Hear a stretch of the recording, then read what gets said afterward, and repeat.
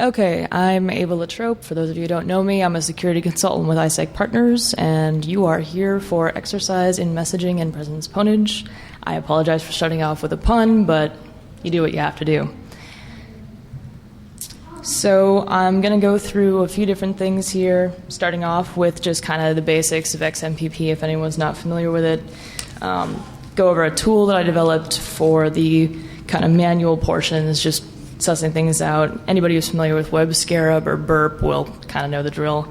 Then go over a few of the kind of more tempting extensions to mess with in XMPP, and then a couple of the better ways to do that.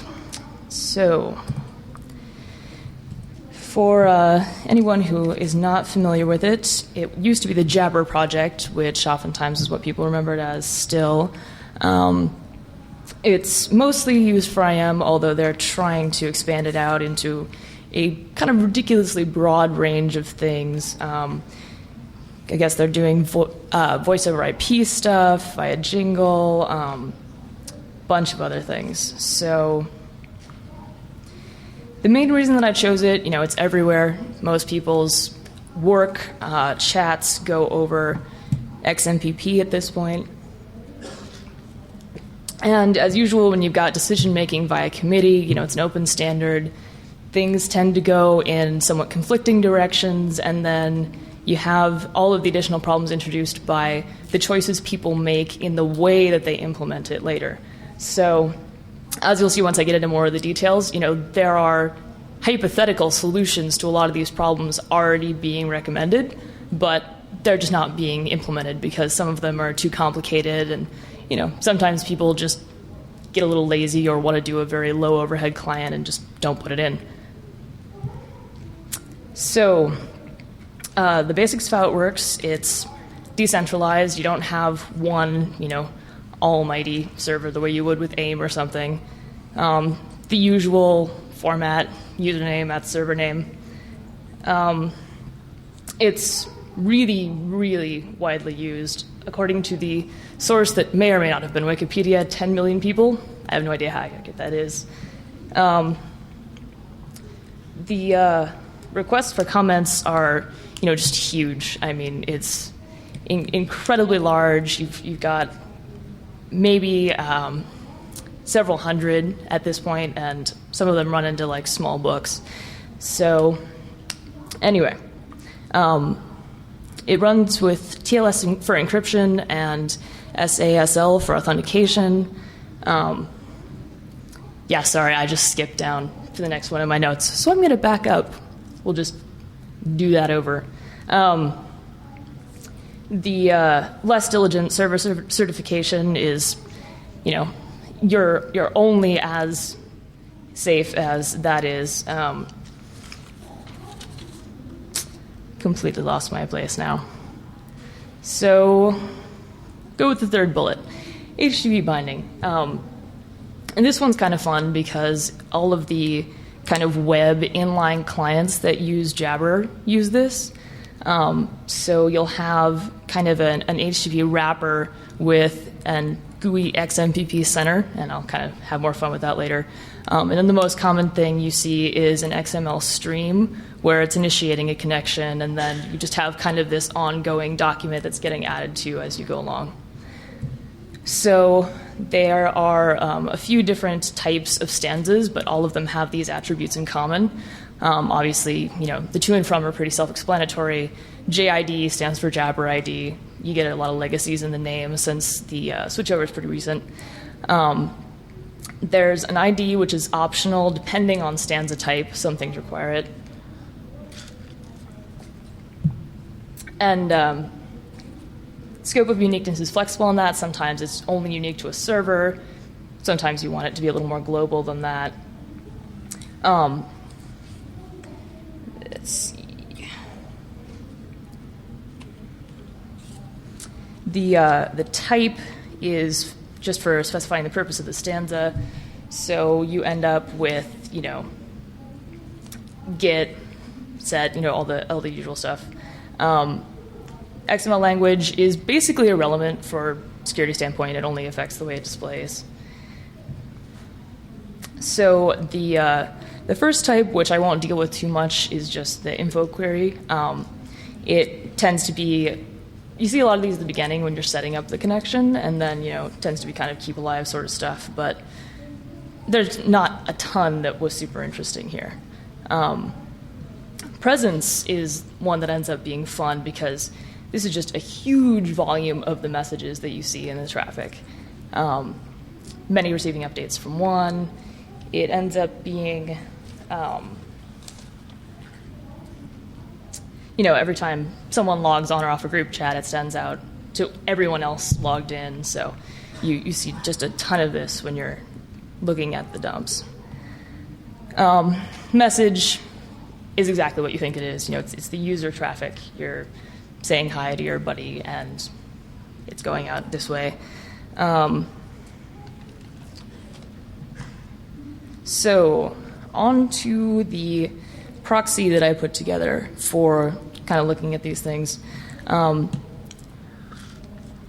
If any of you were at Black Hat and saw my coworker Rachel Engel's talk, it basically extends the product that she had put together, which is just kind of a really lightweight version of a web scare burp type of thing. It was designed for kind of speed, very low feature set, not a lot to mess up, basically.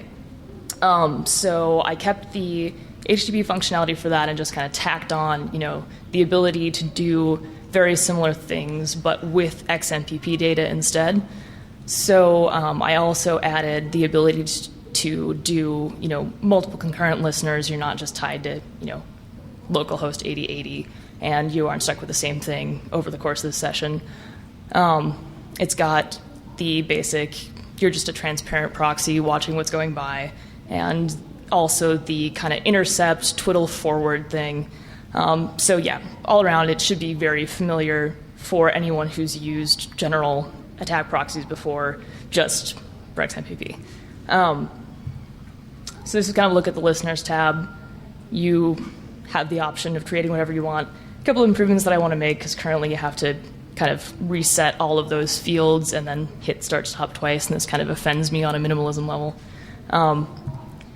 The pass-through mode, you've just got, blob the text scrolling by. I realized that I probably want to add timestamps at like 10 a.m. this morning, so clearly didn't have time to do that, but we'll be doing that before I toss it up on our servers. Intercept mode, again, just very simple, very clean. The thing you see in the upper left-hand corner, I haven't actually implemented for XMPP yet. We've got kind of this interesting thing with it that you may have heard if you went to our talk, where you can send the commands to external shells and manipulate them further if you want, kind of a good tie-in for making this the basis for a fuzzer. And basically, just modify it however you want, hit the send button, it passes it on to either the client or the server, depending which you're currently trying to manually fuzz.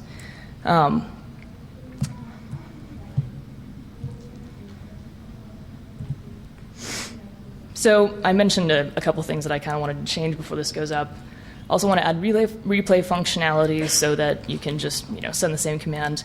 Also wanted to be able to have, because we got the concurrent listeners going, it seemed like an obvious thing to be able to take a packet that was destined for one of those listeners and instead send it to the other, so that you can kind of, get some more fun in that way.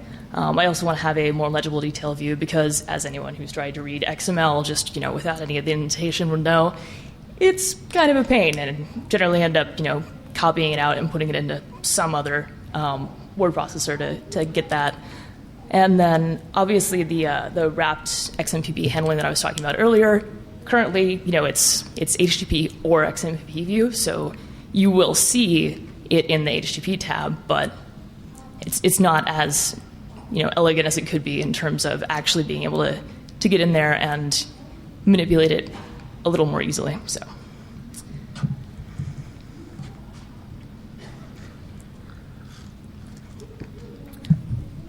So as I accidentally mentioned earlier when I got a little ahead of myself, the protocol extensions are specified kind of by community. Anyone can submit it. It does the usual IATF style thing where it goes through draft and experimental and whatever, and gradually just gets kind of hazed by virtue of people implementing it.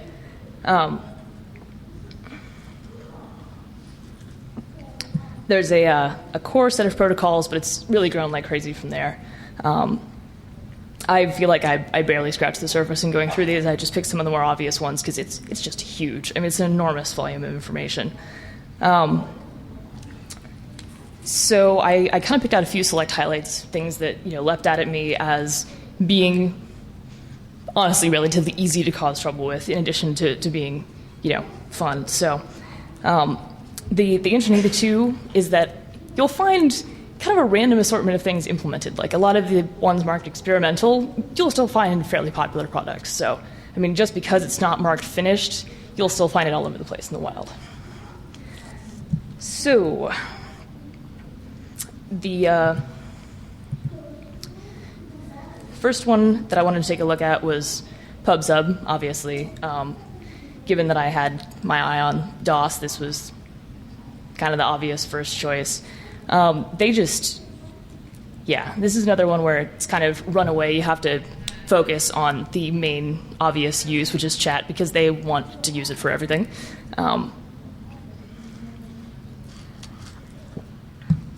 Basic idea, it's kind of an observer/push system.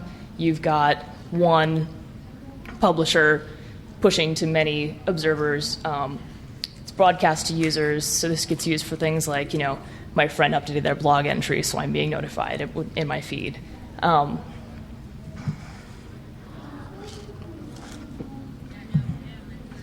So the leaf nodes it's mentioning here on the bottom line, those are basically nodes that only contain published items. So you've got the parent, which is the publisher, and then the leaf, which is the publishee.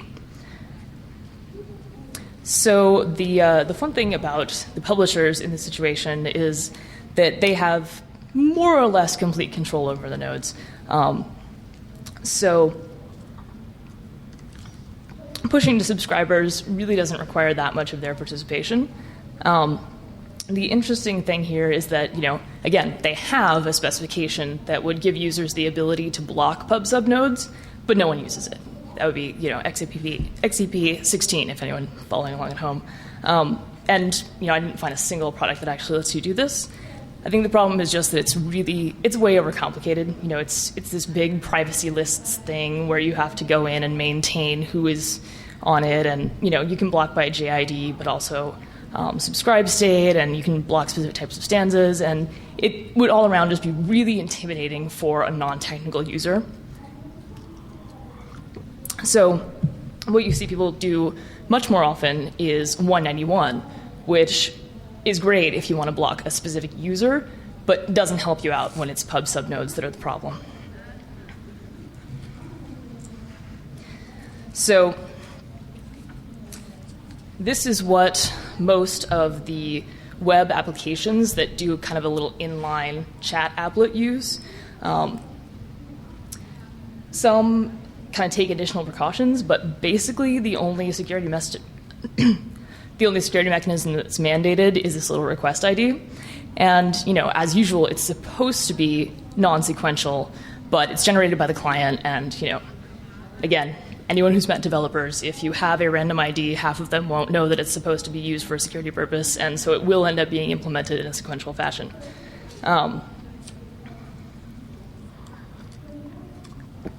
The other interesting thing, which I kind of noticed at the last minute, was that they recommend you not to use the regular authentication. They recommend you use HTTP auth, so then you kind of get into exposure to all the usual web app phones.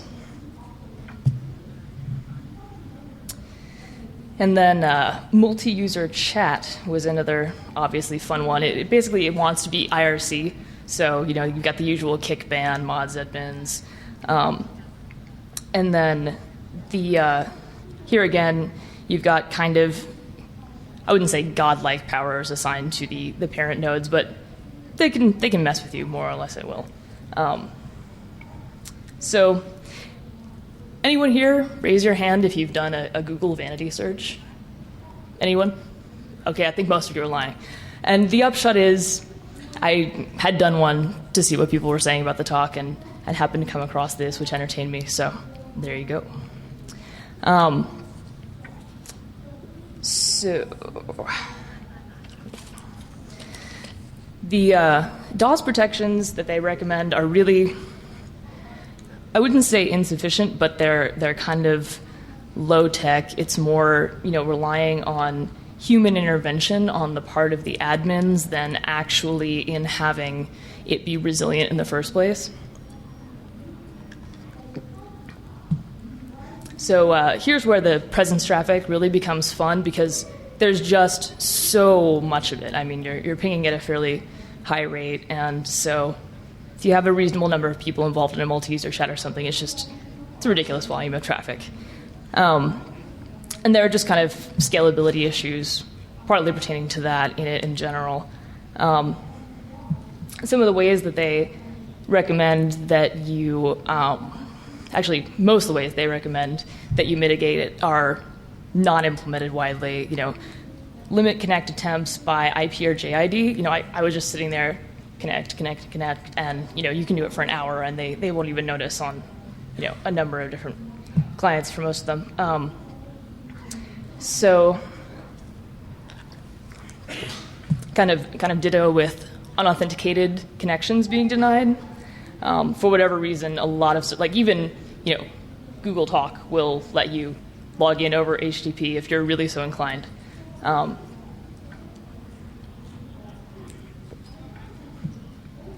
So the only real defense you have against spam, instant message spam, is to restrict access to the pub sub and multi-user chat functionality, which kind of defeats the point of using XMPP in the first place. I mean, you want to be able to do those group chats, particularly in an office situation where you've got a lot of people trying to collaborate.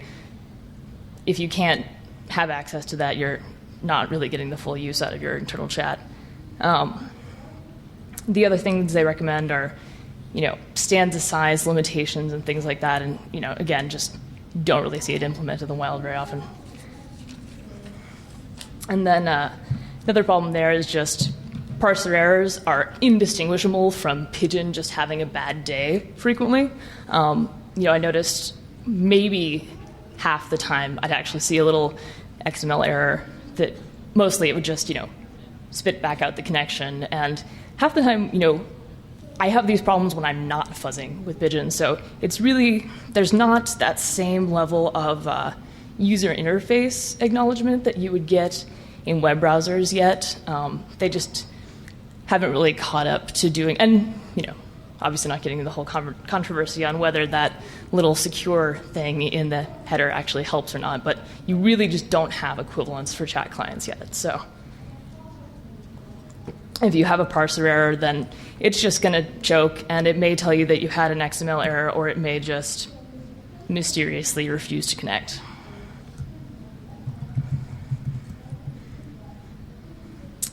So the aforementioned problems tend to make amplification attacks pretty likely.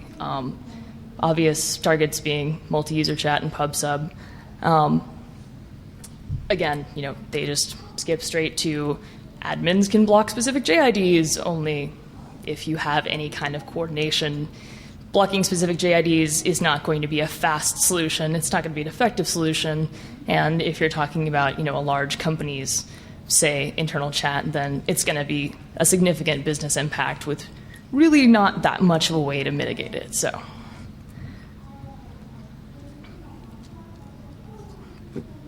in the XML parsing, they've done a good job on some of the more common types of attacks, like entity expansion. I was trying to find a way to do that and didn't come up with one. But in terms of some of the stanza-specific requirements, you can make it choke in entertaining ways a lot of the time.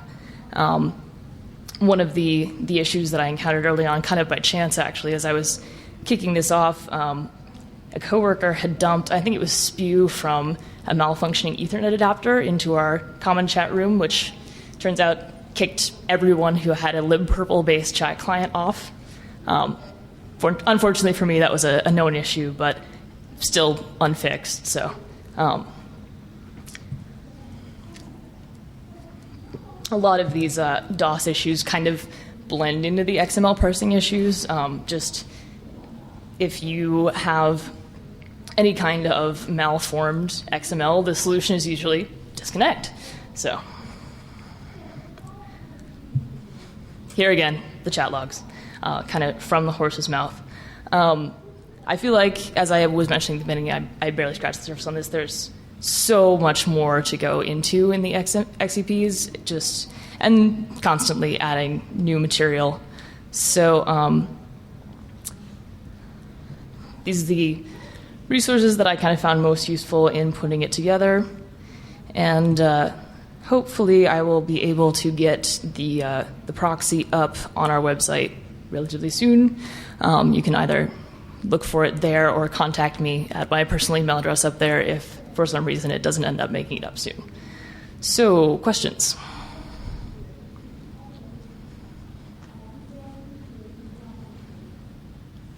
All right, thank you.